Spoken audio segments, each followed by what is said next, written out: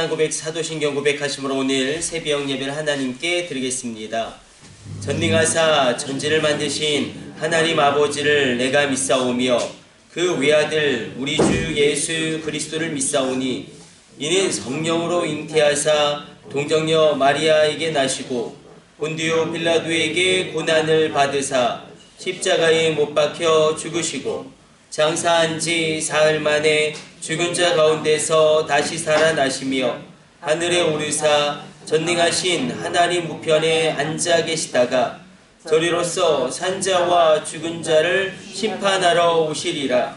성령을 믿사오며 거룩한 공회와 성도가 서로 교통하는 것과 죄를 사하여 주시는 것과 몸이 다시 사는 것과 영원히 사는 것을 믿사옵나이다. 아멘. 찬송가 445장 찬송 드리겠습니다.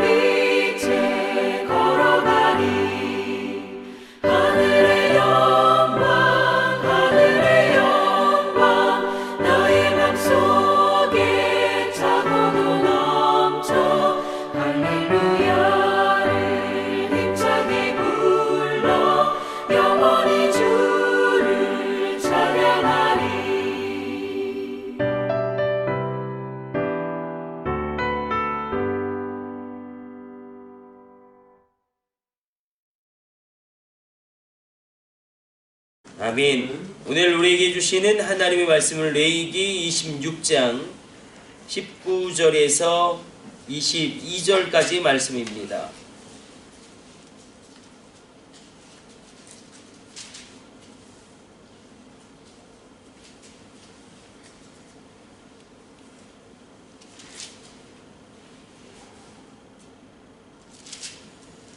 우리 같이 읽습니다. 내가 너희의 세력으로 말미암은 교만을 꺾고 너희의 하늘을 철과 같게 하며 너희 땅을 높게 같게 하리니 너희의 수고가 헛될지라 땅은 그 산물을 내지 아니하고 땅의 나무는 그 열매를 맺지 아니하리라. 너희가 나를 거슬러 내게 청종하지 아니할진대 내가 너희의 죄대로 너희에게 7배나 더 재앙을 내릴 것이라. 내가 들짐승을 너희 중에 보내리니 그것들이 너희의 자녀를 움키고 너희 가축을 멸하여 너희의 수요를 줄이리니 너희의 길들이 황폐하리라. 이런 일을 당하여도 너희가 내게로 돌아오지 아니하고 내게 대항할진대. 아멘. 오늘 본문의 말씀은 하나님의 징치에 대해서 증언하고 있습니다. 오늘 본문의 말씀은 하나님이 말씀을 지키지 않는 자들에게 어떤 일을 행하시는지를 밝히 보여주고 있습니다. 너희 하늘을 내가 철과 같게 하며 너희 땅으로 녹과 같게 할 것이다. 다시 말하면 이제 하늘이 비 한 방울도 내리지 않게 될 것이고 땅은 풀 한 포기조차 결실하지 못하게 되어지는 극심한 기근을 맞이하게 될 것이다. 이 저주가 하나님만이 하실 수 있는 일을 하나님만이 하시겠다라고 증언한 것과 동일한 맥락입니다. 엘리야 시대에 3년 6개월 동안 기근이 온 땅을 덮친 것을 우리가 기억할 수 있을 것입니다. 말씀을 떠난 자에게 하나님이 어떤 징계를 내리시는지, 하나님 앞에서 인간은 아주 연약한 존재입니다. 우리가 교만해서 인간이 모든 것을 다 할 수 있는 위대한 존재일 것처럼 여기지만, 그러나 하나님 앞에서 인간은 죽을 수밖에 없는 죄인이고 우리는 흙으로 돌아갈 수밖에 없는 연약하고 유한한 인생입니다. 그래서 성경은 늘 이야기합니다. 인생이 상한 갈대이고 우리의 삶이 꺼져가는 등불에 불과하다라고 계속 밝히고 있습니다.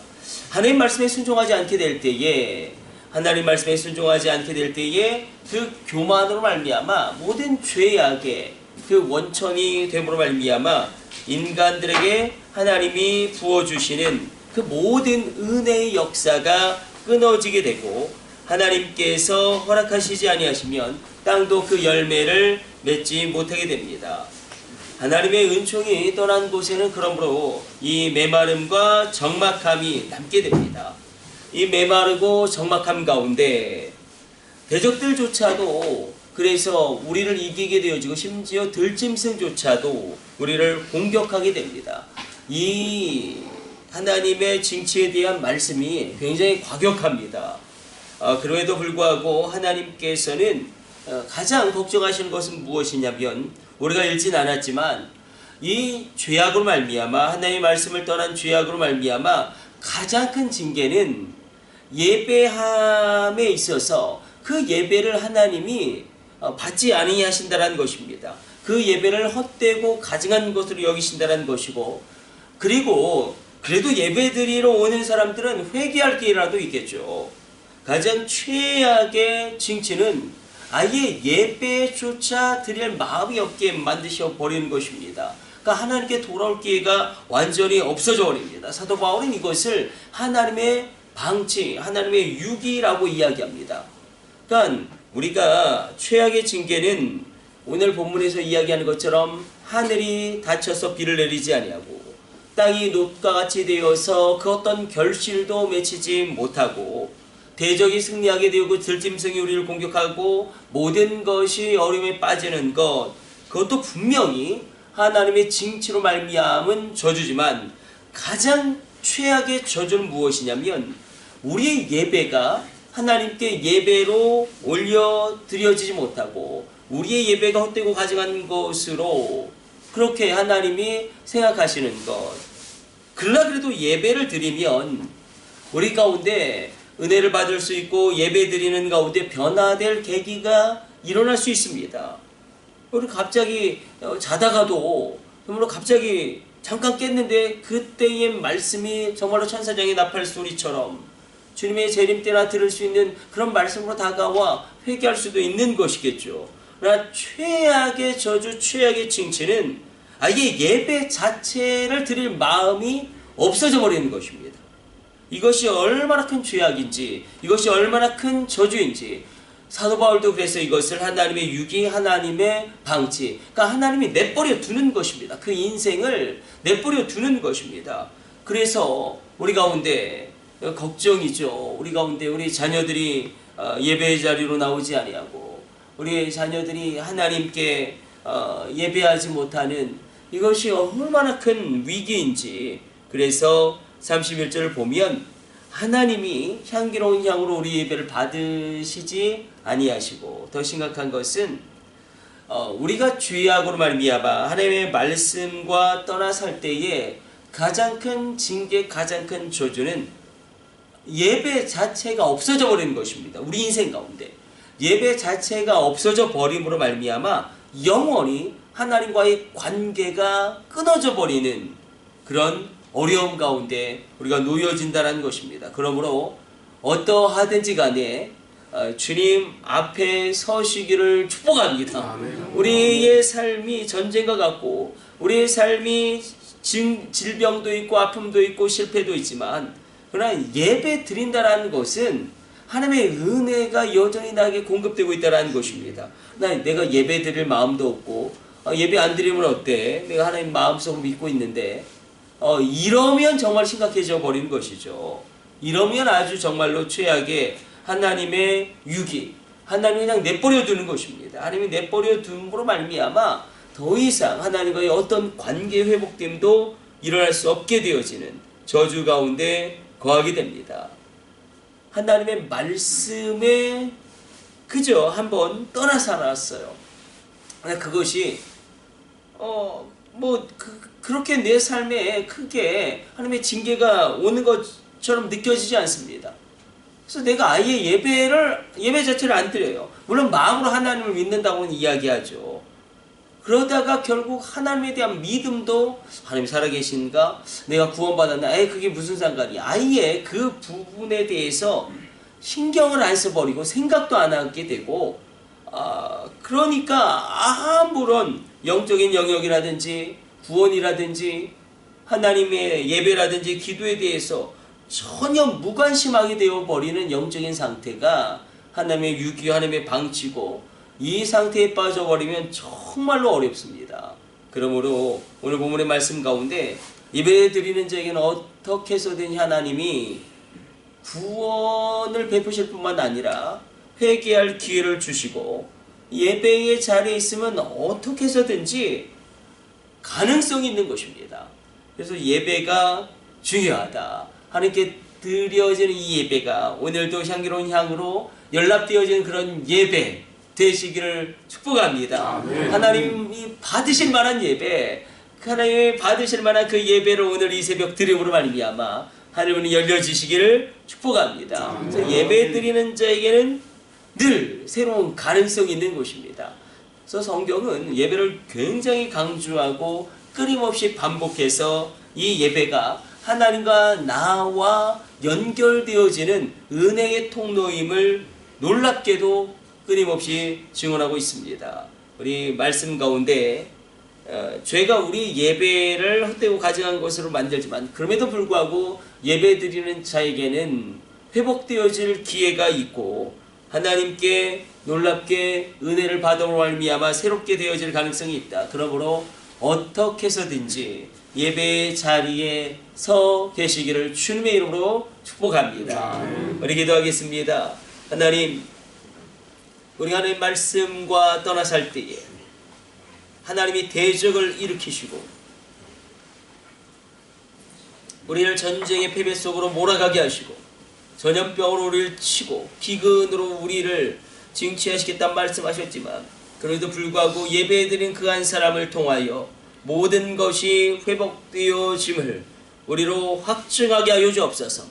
예배드리는 그 한 사람으로 말미암아 엘리야의 예배가, 갈멜산의 예배가 3년 6개월의 가뭄을 해갈시키는 놀라운 은혜의 담비를 몰고 왔듯이 주님, 사무엘의 그 한 사람의 예배가 다윗의 놀라운 시대를 열었듯이 하나님, 우리 가운데 예배드리는 그 한 사람으로 내가 서 있게 하여 주시고 어떠하든지 주님 앞에 예배함으로 말미암아 모든 저주를 끝내고 모든 기근을 끝내고 모든 패배를 끝내고 회복의 역사를 여는 그 한 사람 되어지게 하여 주옵소서. 한 사람의 예배로 말미암아 한 시대가 능히 새로워질 수 있고 한 사람의 예배로 말미암아 한 민족이 능히 구원받을 수 있고 그 예배 드림으로 말미암아 다시금 하늘문이 열리고 땅이 산물을 내게 되어지는 것을 우리로 기억하게 하여 주사 오늘 이 새벽에 하나님께 올려드리는 이 예배가 받으실 만한 예배로 주님 앞에 향기로운 향으로 흠양되어지게 하여 주시고 나의 이 예배를 통하여 우리 가정 가운데 놀라운 예배 회복을 부어주시고 하나님 나의 이 예배를 통하여 우리 자녀들 가운데 놀라운 믿음의 위협이 흘러가며 그들의 마음 가운데 성령으로 충만케 되어지는 놀라운 기회가 열려지게 하여 주옵소서. 이 모든 것을 우리 주 예수님의 이름으로 기도드립니다.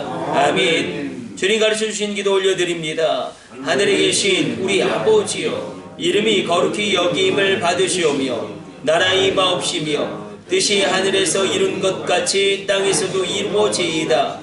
오늘날 우리에게 일용할 양식을 주옵시고 우리가 우리에게 죄 지은 자를 사하여 준 것 같이 우리의 죄를 사하여 주옵시고 우리를 시험에 들게 하지 마옵시고 다만 악에서 구하옵소서.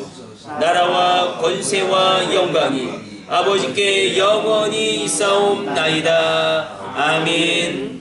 주여 3차 하심으로 합심으로 기도하시다가 자유롭게 돌아가도록 하겠습니다. 우리 합심으로 기도합니다. 주여 주여 주여